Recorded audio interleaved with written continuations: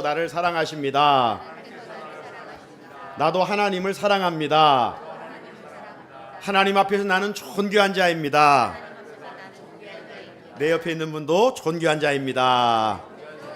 사랑합니다. 축복합니다. 오늘이 1월 12일입니다. 10여일 지내오셨는데 계획대로 잘 실천하며 지내오고 계시는지요? 계획은 세웠지만 작심 3일은 되지 않으셨는지요? 아무튼 이 한 해 우리 주인 되신 하나님께서 맡겨주신 시간 관리도 잘 하시고, 건강 관리도 잘 하시고, 물질 관리도 잘 하시고, 영성 관리도 잘 할 수 있기를 주님의 이름으로 축복합니다. 지난 한 주간 우리는 추운 저녁 함께 성전에 모여서 귀한 주제를 가지고 시간 은혜를 나누었습니다. 하나님이 어떤 분인가? 여기에 주제를 가지고 함께 말씀을 나눴습니다. 새해에도 하나님께서 앞장서 가시면서 때마다 시마다 우리에게 있어야 할 은혜를 허락해 주실 줄로 믿습니다. 특별히 송구 영신 예배 때 들려주셨던 말씀 이 안에는 정말 항상 있어야 할 믿음과 소망과 사랑, 하나님 이 안에 믿음으로 부유한 데가 되게 하옵소서. 하나님, 세상은 혼란합니다. 하늘에 산 소망을 두고 살게 해 주십시오. 하나님, 내 머리부터 발끝까지 하나님 사랑 가득 채워 주셔서 이로 하나님 더 사랑하고 나와 만나는 모든 사람들에게 사랑을 흘려보낼 수 있게 하옵소서. 우리가 또 다짐하고 또 다짐하고 기도하고 또 기도함으로 성령님의 은혜가 임할 수 있기를 주님의 이름으로 축복합니다. 우리가 신앙생활 하다 보면 반복해서 듣는 말이 참 많이 있죠. 여러분, 어떤 말을 가장 많이 듣는 것 같습니까? 구원, 은혜, 믿음, 기도, 전도, 감사, 능력, 찬양, 이런 단어들을 많이 듣습니다. 하지만 본질적으로 우리가 신앙생활에서 듣는 단어가 있다면 성삼위, 하나님에 대한, 하나님, 예수님, 성령님에 대해서 우리가 계속 부르고 듣고 또 찬양하면서 지내게 되지 않습니까? 여러분, 하나님 어떤 분입니까? 하나님. 우리가 지난주 새해 특별 저녁기를 통해서 여호와를 알자, 힘써 여호와를 알자, 이런 주제를 가지고 함께 은혜를 나누었어요. 우리가 믿는 하나님은 어떤 하나님이라고 그랬습니까? 은혜의 보좌 앞으로 부르시는 하나님, 찬양을 그토록 좋아하시는 하나님, 우리의 아픔을 누구보다도 공감해 주시는 하나님, 우리의 인생을 책임져 주시는 하나님, 그럼에도 불구하고 베풀어 주시는 은혜의 하나님, 그리고 영광의 그 아름다운 하늘나라를 계시로 보여주시는 하나님에 대한 말씀을 함께 나누었습니다. 하나님은 우리와 관계에서 영광 받으시기를 원하시고, 하나님은 우리와 관계에서 자녀이니까 도와주시기를 원하시는 하나님이셔요. 뿐만 아니라 우리가 하나님은 위대한 일을 행하시는 하나님에 대해서 성경은 많이 말씀하고 있어요. 그래서 하나님은 어떤 하나님이냐? 하나님은 창조주 하나님, 세상 만물과 인간, 나를 지으신 하나님이시다. 그리고 모든 것을 하실 수 있는 전능자 하나님이시다. 전능하신 하나님, 사도신경을 통해서도 우리는 그렇게 고백하고 있지 않습니까? 시편 50편 1절을 보니까 전능하신 이 여호와 하나님께서 말씀하사 해 돋는 데서부터 지는 데까지 세상을 부르셨도다. 우리 하나님은 어떤 하나님이요? 창조주 하나님이요, 전능하신 하나님이시요.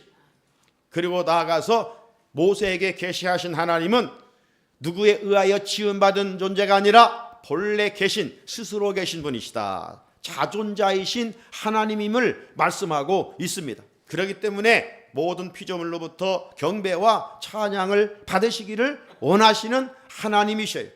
그래서 오늘도 우리가 추운 일기지만 주일을 맞아 성전에 올라와서 마음을 다하고 또 우리 입술을 열어 여호와를 찬양하고 있는 것입니다. 이 모습을 하나님이 그토록 기뻐하신다는 거예요. 자, 반면에 이 예수님은 누구십니까? 예수님은 하나님의 아들이시고 인류를 죄에서 구원할 구원자이십니다. 그래서 인류를 구원하시기 위하여 그분이 인간의 몸을 입고 세상에 오셔서 고난을 받으시고 십자가에서 피 흘려 죽으셨고 그 피로 인류를 구원하셨어요. 하지만 죽음으로 끝나지 않으시고 예수님은 3일 만에 부활하셨고 부활하사 세상에 40일간 계셨고 그리고 하늘로 승천하셨습니다. 승천하신 우리 주님은 뭐라고 말씀하셨어요? 내가 구름 타고 올라가는 것처럼 구름 타고 다시 오실 것이라고 재림하실 것이라고 약속하셨어요. 초림의 주님의 관점은 인류의 구원이라면 다시 오시는 주님은 도적같이 오실 그 주님은 심판주로 오신다라고 말씀하고 있습니다. 이제 예수님을 구주로 우리가 고백하고 믿는 자에게는 멸망치 않고 영생을 얻게 하신다고 그랬어요. 이제 하늘로 승천하시면서 마지막 제자들에게 하신 말씀을 우리는 기억합니다. 사도행전 1장 8절이었죠. 땅끝까지 이르러 내 증인이 되리라. 땅끝까지 이르러 내 증인이 되리라 말씀을 하셨어요. 자, 그런데 이 증인된 사명은 우리의 힘과 능력과 지식으로 어떤 경험으로 할 수 있는 일이 아니라고 말씀합니다. 전도와 선교는 사람을 살리는 일은 이 일은 성령이 임하실 때만이 할 수 있다고 그랬어요. 왜 그럴까요?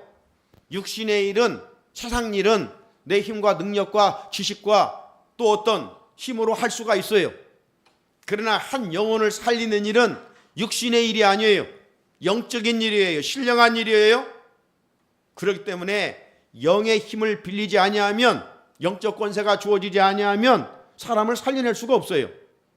그러므로 마지막 때 예수님의 제자로 능력 있게 살기 위해서는 성령 충만해야 돼요. 그래서 사도 바울은 에베소 교회 성도들에게 편지하기를 에베소 5장 18절에 술 취하지 말라. 이는 방탕한 것이니 오직 성령으로 충만함을 받으라. 여기 오직 성령으로 충만함을 받으라는 말씀은 시제를 보면 완료형이 아니에요. 미완료형이에요. 미완료형. 무슨 말일까요? 한번 우리가 지난주 저녁에 와서 뜨겁게 기도하고 지금 성령으로 충만한 상태인데 그것으로 끝나지 말라는 거예요. 어느 한때 성령 충만해서는 안 된다는 거예요. 지속적으로 계속 끊임없이 성령으로 충만해야 된다라고 하는 말씀이에요. 삶이 다할 때까지, 주님 오실 때까지 우리는 성령님을 사모해야 돼요. 그래야 능력 있는 그리스도인으로서 세상을 살아갈 수 있기 때문입니다. 그렇지 않으면 믿지 않는 자들과 별 다를 바가 없어요. 아니, 믿는다고 하는 그것 때문에 하나님의 영광을 가리우고 전도의 길을 막게 되는 겁니다. 그런 의미에서 우리가 약해지고 피폐한 교회와 성도들을 살리는 능력은 성령님에게 달려있다는 것을 깨닫고 우리는 기도할 때마다 하나님 맡겨주신 것도 잘 관리하고 믿음과 소망의 사람이 되기를 기도하고 주여 나에게 성령으로 늘 기름 부어 주옵소서. 성령으로 기름 부어 주옵소서. 하나님은 사모하는 자에게 주신다고 했으니까 우리가 그런 한 해를 살아가야 됩니다. 오늘 한국교회는 지금 주일마다 교회에서 하나님의 말씀이 막 동시다발적으로 계속 선포되고 있어요. 오늘 지금 이 11시 예배 한국교회 대부분 메인 예배인데 이 예배 시간 지금 죄종들을 통해서 말씀이 얼마나 많이 선포되고 있습니까? 오늘날은 미디어 시대입니다. 그렇기 때문에 각 교회 홈페이지에 들어가면 얼마든지 이 목사님 저 목사님 설교를 다양하게 들을 수 있는 그런 시대를 살아가고 있습니다. 우리 성도들 중에도 관심 있는 부분 또 은혜 받는 좋은 목사님들이 있으면 그 교회에 들어가서 또 설교를 듣기도 합니다. 저도 주중에 목사님 설교를 잠시 이렇게 듣고 있습니다. 이처럼 오늘날 쉽게 말씀을 접하고 살아가는데도 불구하고 우리 사회가 바라보는 기독교인들의 모습은 성경에 기록된 예수님의 어떤 삶과 죽음 또 예수님이 전하시는 복음과는 상당히 차이가 있다는 것입니다. 한국 교회가 남다른 열심히 모이고 또 기도도 하고 말씀도 사모하는데, 그렇다면 정말 세상 사람들에게 도전을 주고 세상 사람들에게 정말 믿는 사람은 다르구나 이걸 느끼게 해줘야 되는데 그렇지 못한다는 거예요. 어떤 면에서는 우리 그리스도인들이 열심은 내는데 그 열심 내는 부분이 그냥 내가 좋아하는 부분이에요. 내가 좋아하는 부분. 그래서 그 부분에는 열심히 있고 주님이 원하시는 때로는 십자가의 길을 가라는 데는 그건 싫어요. 그것은 멀리하고 그저 내가 좋아하는 대로 취미생활 정도로 하기 때문입니다. 왜 종교생활을 하는 거예요? 성령으로 충만하지 못하기 때문에, 성령의 부재 때문에 오늘 세상 사람들로부터 신뢰도가 급격히 다운되고 있다는 사실을 우리가 기억해야 돼요. 그래서 종교개혁자 칼빈은 말하기를 하나님을 인식하는 것은 오직 성령의 능력으로만 가능하다고 그랬어요. 우리가 한마디로 말하면 예수 잘 믿기 위해서는 성령의 은혜를 덧입지 않으면 안 된다라고 하는 것이죠. 신학자 칼바르트도 동일한 이야기를 했음을 살펴볼 수가 있습니다. 이처럼 우리는 성령 안에서 예수 그리스도를 통하여 하나님을 인식할 수가 있어요. 바꿔 말하면 성령 안에서만이 예수 그리스도를 제대로 믿을 수가 있고 제대로 온전하신 하나님을 깨달을 수가 있다라고 하는 것입니다. 성령의 도움이 없이는 참다운 믿음 생활을 할 수가 없다는 거예요. 따라서 한국교회가 오늘날 마주한 위기 상황을 돌파하며 함께 부흥을 경험할 수 있는 힘은 오직 성령의 능력 외에는 없다는 사실이에요. 그래서 지난 신년주일에 에스겔 말씀을 통해서 이 사실을 분명하게 확인해 보아지 않았습니까? 마른 뼈들이 어떻게 큰 군대가 되었다고 그랬어요? 다른 능력이 아니라 그 능력은 하나님의 영, 생기였다고 그랬어요. 생기가 사방에서부터 불어와 하나님이 명하실 때 마른 뼈들이 큰 군대가 되었다고 그랬어요. 오늘도 영적으로 심히 메말라 맥없는 그리스도인들을 살리고 회복하는 능력은 오직 성령님밖에 없는 줄로 믿습니다. 성령님이 임하시면 살리는 역사가 일어납니다. 성령님이 역사하면 소생의 역사가 일어납니다. 성령님이 역사하면 치유의 역사가 일어납니다. 성령님의 역사가 일어나면 절망이 회복으로, 절망이 소망으로, 사망이 생명으로 바뀌어집니다. 성령님이 역사하면 회복의 역사가 일어나고 열매 맺는 역사가 일어나고 풍성한 역사가 일어납니다. 성령님이 역사하면 미움이 물러가고 사랑의 사람이 됩니다. 성령님이 임하면 분열과 다툼이 다 물러가고 하나와 화평과 화목이 임하게 되는 줄로 믿습니다. 성령님은 우리의 삶을 완전 역전시키시는 분이시에요. 그렇게 하나님은 우리들과 교회가 성령으로 충만하기를 원하십니다. 오늘 본문 말씀에서 성령님은 어떤 일을 하신다고 말씀하고 있습니까? 다시 한번 본문을 같이 한번 읽어볼까요? 사도행전 9장 31절 시작. 그리하여 온 유대와 갈릴리와 사마리아 교회가 평안하여 든든히 서하고 주를 경외함과 성령의 이르로 진행하여 수가 더 많아지니라. 아멘.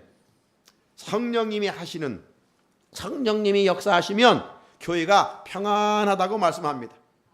교회가 평안한 거예요. 이게 성령의 역사예요. 우리 마음이 평안하다, 성령님이 충만한 거예요. 성령님의 부재는 불안해요. 뭔가 가져봤는데도 불안해요. 뭔가 쟁취를 해봤는데도 불안해요. 세상은 불안한 소식이 들려와요. 그러나 성령님의 다스림을 받으면 마음이 평안해요. 교회가 평안하다는 것은 성령이 충만한 증거예요. 31절에 그리하여 온 유대와 갈릴리와 사마리아가 평안하여 든든히 서하고, 지금 장로님 기도한 것처럼 우리 사회가 지금 혼란하고 비상계엄령 탄핵 뭐 이래가지고 지금 내일 일이 우리 정치가 어떻게 지금 될지 참 너무 안타까운 그런 현실, 태극기 촛불이 칼등 미움 증오, 너무나 지금 안타까운 현실에 있습니다. 한마디로 하면 혼란한 전국입니다. 평안이 없어요. 당시 초대교회도 마찬가지예요. 초대교회도 여러 가지 면에서 아주 혼란스러운 상황을 직면해 있었습니다. 특별히 우리가 살펴본 대로 스데반 집사가 예수를 전하고 복음을 전하다가 돌로 맞아 죽는 일이 일어났어요. 이를 마땅히 여긴 한 사람이 있었는데 사울입니다. 우리가 이제 이런 내용들을 뒤에서 살펴볼 것인데, 이 사울은 정말 기독교인들을 핍박하는 일에 누구보다도 열정을 가지고 있었어요. 앞장섰었어요. 그래서 기독교인들은 이 사울의 박해를 피하기 위해서 이곳저곳으로 다 흩어졌어요. 피신해 갔어요. 자, 이런 가운데 사울이 다메섹까지 가지 않습니까? 그러나 하나님의 강권적인 역사로 그거를 거꾸로 들이죠. 부활하신 예수를 사울이 만나게 됩니다. 그 계기로 사울은 바울이 되게 되고요, 바울은 이제 남은 생애를 오직 예수를 위해서 전도와 선교하는 일을 위해서 헌신하는 사람으로 바꿔지죠. 핍박자가 예수 복음을 전하면서 핍박을 받는 자가 됩니다. 자, 기독교인들은 계속해서 엄청난 환난과 박해와 핍박을 받았어요. 하지만 저들은 주님의 지상 명령만큼은, 전도와 선교하는 일만큼은 멈추지를 않았습니다. 그때마다 성령님께서 저들과 함께 하셨던 것을 볼 수가 있어요. 바람이 불면 지금 LA의 엄청난 화재로 인해서 우리나라 박찬호 선수의 그 좋은 집이 다 불타버렸다고 하잖아요. 그래서 지금 호텔에 가서 살고 있다고 뉴스 하더라고요. 88조의 그런 피해를 지금 입었고 지금 불이 꺼지지를 않는 엄청난 큰 재앙을 입게 됐다는 뉴스를 보게 됩니다. 바람이 아주 강풍 때문에 그런 것 같아요. 이런 것처럼 초대교회는 예수 그리스도의 복음이 어떤 역사적이고 문화적이고 민족적인 경계를 뛰어넘어 막 땅끝까지 계속 퍼져 나갔습니다. 교회를 이어받는 종교적인 핍박도 더 이상 복음 전도를 가로막을 수가 없었습니다. 교회가 복음을 전하는 가운데 생명의 위협도 당하고 갈등도 있었고 혼란의 위기에 직면했지만 오히려 교회는 더 평안했다. 태풍의 중심 자리는 평안하다고 하잖아요. 고요하다고 하잖아요. 이게 바로 하나님의 역사예요. 성령님이 임하면 내 삶은 여전히 막 거친 바다 같지만 그 거친 바다에 주님이 있으면 가장 안전한 피난처인 것처럼 우리가 성령님이 임하면 우리 마음에 세상은 요동치도 하나님이 위로부터 주시는 샬롬 평안이 있어요. 예수 제대로 믿으면 평안이 있으니까 마음이 기쁘고 입술에 감사가 있는 거예요. 마음이 불편하면 벌써 입에 언어가 달라지고 불평이 계속 이어질 수밖에 없는 것입니다. 자, 여기 평안이란 말은 평안, 교회를 든든히 세워 가시는 것은 성령을 통하여 이루어진다는 겁니다. 여기 든든히 서가고 이 헬라어 뜻은 짓다, 세우다, 강하게 하다 이런 뜻이에요. 그런데 이 말의 형태는요, 현재 수동태 분사예요. 수동태 분사란 말은 능동태 분사가, 능동태라면 내가 하는 거예요. 교회를 내가 평안하게 하는 것이 아니라 수동태 분사라는 것은 우리 사람이 교회를 평안하게 하는 것이라 교회를 평안하게 하는 능력과 힘은 성령께서 하신다. 성령께서 하신다 이 말이에요. 왜? 교회의 주인은 사람이 아니라 하나님이시기 때문에 하나님께서 성령을 통해서 교회를 다스릴 때 교회는 샬롬 평안한 것입니다. 마태복음 16장 18절에 또 내가 네게 이르노니 너는 베드로라 내가 이 반석 위에 내 교회를 세우리니 음부의 권세가 이기지 못하리라. 주님은 너희들 교회를 세운다는 게 아니에요. 내 교회, 주님의 교회를 세우시겠다라고 말씀을 하셨어요. 교회는 주님의 교회예요. 사람이 주인이 될 수가 없어요. 사람이 주인이 되니까 평안하지 못하는 거예요. 사람의 소리가 크니까 늘 시끄러운 거예요. 서로 미워하고 다투고 자기 주장이 강하고 이러다 보니까 불편해지는 거예요. 교회의 주인은 오직 주님이에요. 계속해서 강조하고 있는 것처럼 한국교회는 지금 여러 가지 위기에 휩싸여 있습니다. 이런 상황에서 교회에 평안을 주시고 교회를 건강하게 세워가시는 분은 하나님이시며 성령을 통해 하나님이 하시는 이름을 우리는 고백하며 나아가야 합니다. 참 평안은 세상으로부터 오는 것이 아니라 위로부터 하나님께로부터 임하는 것이죠. 그러므로 우리는 예수 그리스도의 복음을 위해 그리고 성령의 능력을 통한 교회의 부흥을 위해 하나님께 간구해야 됩니다. 초대교회의 혼란과 위협의 상황에서도 함께 하셨던 하나님께서 우리 한국교회와 또 우리 교회에 하나님 새해 평안과 부흥의 길로 인도해 주십시오 라고 기도할 수 있기를 바랍니다. 둘째는 성령님이 주를 경외하며 순종하게 하십니다. 앞에 말씀드린 것처럼 초대교회는 당시 성령님께서 어떤 지역을 넘게 하시고 또 문화의 경계를 넘게 하시고 그러면서도 환난 중에 교회를 평안하게 하셨을 뿐만 아니라 특별히 주를 경외함으로 교회의 부흥을 진행해 나가셨어요. 여러분, 주님을 경외한다는 건 뭐예요? 공경하는 것이고 주를 두려워한다는 것입니다. 사도행전에는 교회의 부흥이 주를 경외하는 사람들을 통해서 정말 하나님을 두려워하는 사람들을 통해서 이루어졌음을 소개해 주고 있습니다. 사도행전 2장 43절을 보니까 사람마다 두려워하는데 사도들로 말미암아 기사와 표적이 많이 나타났다. 기사와 표적이 일어나는 그 시점이 뭐예요? 하나님을 경외하는데, 하나님을 두려워하는 데 있었습니다. 사도행전 19장 17절에도 보면 에베소에 사는 유대인과 헬라인들이 다 이 일을 알고 두려워하며 주 예수의 이름을 높이고. 여러분 정말 하나님을 사랑합니까? 여러분 하나님을 정말 두려워합니까? 부흥은 어디에서 일어나냐? 하나님을 경외하는 데서 일어나는 것을 확인할 수가 있는 것입니다. 자, 그렇다면 하나님을 경외한다는 것은 오늘날 구체적으로 어떤 의미를 가지는가? 한마디로 말하면 하나님을 경외하는 것은 순종을 통해서 확증되는 것입니다. 내가 하나님을 경외하는가? 다른 것이 아니에요. 하나님의 말씀에 순종하는가? 이겁니다. 초대교회 제자들과 성도들은 여러 면에 순종했지만 절대 순종한 것이 있어요. 절대 순종. 우리가 있어야 할 것이 얼마나 많습니까? 현대인들의 필수품 핸드폰을 비롯해서 정말 있어야 할 것이 얼마나 많아요. 그러나 꼭 있어야 할 것이 있잖아요. 없어도 그만, 있어도 그만하는 것들도 있지만 꼭 있어야 할 것.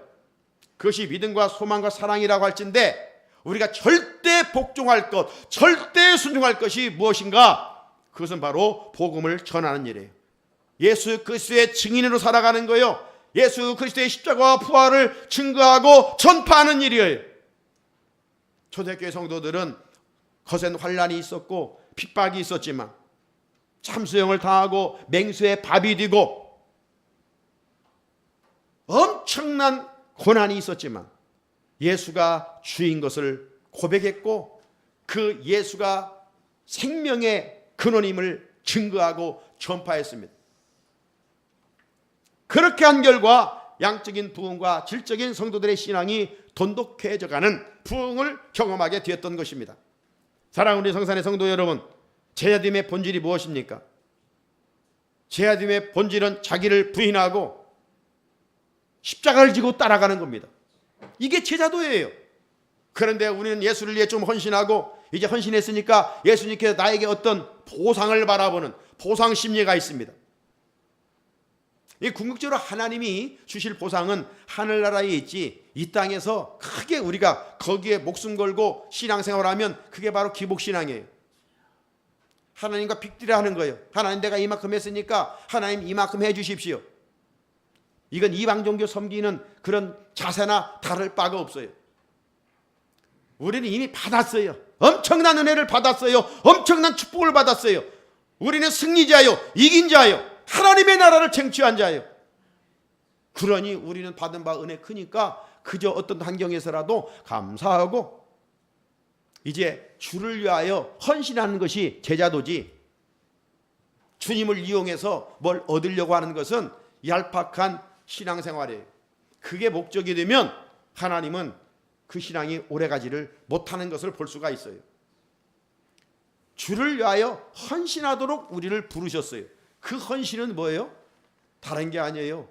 초대교회 성도들은 환난과 핍박 중에서도 예수 믿지 않는 그 영혼들을 찾아가서 전했다는 거예요. 왜? 예수 믿어야 천국 가니까. 예수 믿어야 영생 얻으니까. 하나님의 나라에서 영생 복락을 누리니까. 천국과 지옥 있음을 믿는데 어찌 전하지 않을 수 있단 말이에요. 그래서 그들은 정말 제자들의 본질적 사명에 헌신을 했던 것을 볼 수가 있습니다. 여러분, 예수님의 제자들을 보십시오. 물론 우리가 주님을 따르면 어떤 복을 받습니까? 이런 질문도 했을 때 내 생과 또 이 생에서 복을 주실 것을 주님이 말씀하셨지만, 무엇보다도 제자들을 보면 세리는 그 좋은 세관을 버리고 주님을 따랐고, 베드로, 안드레, 야고보, 요한은 배와 그물을 버리고 예수님을 따라다녔어요. 예수님 따라다닌다고 뭐 호화로운 것을 누리며 호사 누렸습니까? 아니에요. 결국 주님을 위해서 다 순교당하고 말았어요. 그런 의미에서 우리가 주를 경외한다는 것은 우리가 뭘 얻기 위해서가 아니라 이 말이에요. 주를 위해서 헌신하려는 마음. 한국교회가 그동안 이렇게 짧은 시간에 부흥했을까요? 은혜 받고 감사해서 헌신하는 그리스도인들 때문에. 여러분, 처음 예수 믿었을 때 한번 돌아보세요. 얼마나 열심히 있었어요. 어찌 보면 집안일도 팽개치고 정말 주님의 일, 뭐 그것이 중요하다 중요하지 않다 옳다 그렇다를 떠나서 얼마만큼 정말 열심히 있었어요. 그런데 오늘은 헌신도가 점점점 약해져 가고 있어요. 그냥 예수를 이용해서 뭔가 얻으려고 하는 그러한 모습들. 하나님 주시는 분복이 분명히 있지만 목적은 분명해야 돼요. 네? 주를 위하여 헌신, 여기에 있어야 되지 주를 믿고 뭘 얻으려고 하는, 이건 세상 종교예요. 이미 우리는 얻었어요. 난 모든 것을 얻었다, 이런 걸 선포하는 것이 믿음이에요. 얻은 자가 무슨 부족함이 있어 목말라 하겠습니까? 그래서 그리스도인들은 당당하게 살아갈 수 있어야 하는 것입니다. 그리스도의 십자가 길을 따르는 그 길을 갈 때 하나님께서 역설적으로 그들의 헌신을 통해서 교회의 부흥을 허락해 주셨습니다. 끝으로 성령님이 저들을 위로해 주시고 부흥케 하십니다. 31절 뒷부분에 보니까 주를 성령의 위로로 진행하여 수가 더 많아지니라. 여기 위로라는 말은 이제 파라클레토스, 우리가 보혜사라고 하는 기본형을 따르고 있습니다. 그러니까 이 말은 가까이 부름, 권면, 위로 이런 뜻이에요. 즉 보혜사 성령 하나님께서 교회가 핍박당하는 고난에 처한 상황 속에서도 그들을 가까이 계시며 위로해 주셨다는 것입니다. 이러한 일은 초대교회에만 있었던 일이 아니, 지난주 살펴봤던 것처럼 에스겔의 마른뼈 환상에서 우리가 보았지 않았습니까? 하나님의 소망 없는 마른뼈 같았던 이스라엘 백성들을 죽음에서부터 다시 살리시기 위해서 생기를 사용하셨음을 볼 수가 있고, 그 생기를 통해서 살아나게 하셨습니다. 이 생기가 뭐예요? 루하흐, 하나님의 영이었습니다. 하나님은 이스라엘 백성들로 하여금 무덤을 열고 나오게 하실 것이며, 하나님의 영을 백성들 속에 두어서 살아나게 하시고 고국에 돌아올 것이라는 희망과 위로를 선포하셨습니다. 사랑하는 성도 여러분, 이 메시지는 오늘 한국교회와 우리 교회의 동일한 희망과 위로가 됩니다. 교회를 향한 사회의 신뢰성에 대한 우려와 교회 및 교인 수의 급격한 감소 상황은 한국교회의 밝은 미래를 희망할 수 없게 합니다. 이는 마치 포로기 이스라엘 백성들에게 드리워졌던 어둠의 그림자가 오늘날 드리워지고 있기 때문입니다. 그러나 우리가 믿는 하나님은 죽은 뼈를 살리시는 전능자이심을 믿습니다. 하나님은 이 일을 하나님의 영 곧 성령을 통해서 하십니다. 동일하신 하나님은 오늘도 당신의 영을 보내주셔서 놀라운 역사를 일으키십니다. 성령을 통해 마른 뼈들을 큰 군대를 만드시던 하나님께서 성령을 통해 초대교회를 환난과 핍박 중에서도 부흥하게 계신 하나님께 간구하며 사모하는 우리 가운데 역사하실 줄로 믿습니다. 그렇게 2025년 새 우리의 미래에 대한 소망은 성령의 능력에 달려 있습니다.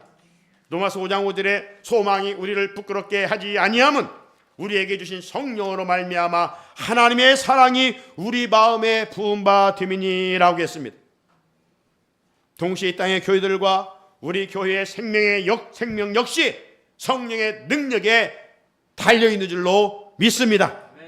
우리 모두 성령으로 충만할 때 부어주시는 은혜로 말미암아 섬기는 교회는 든든히 서가며 부흥의 은혜를 경험하게 될 것입니다.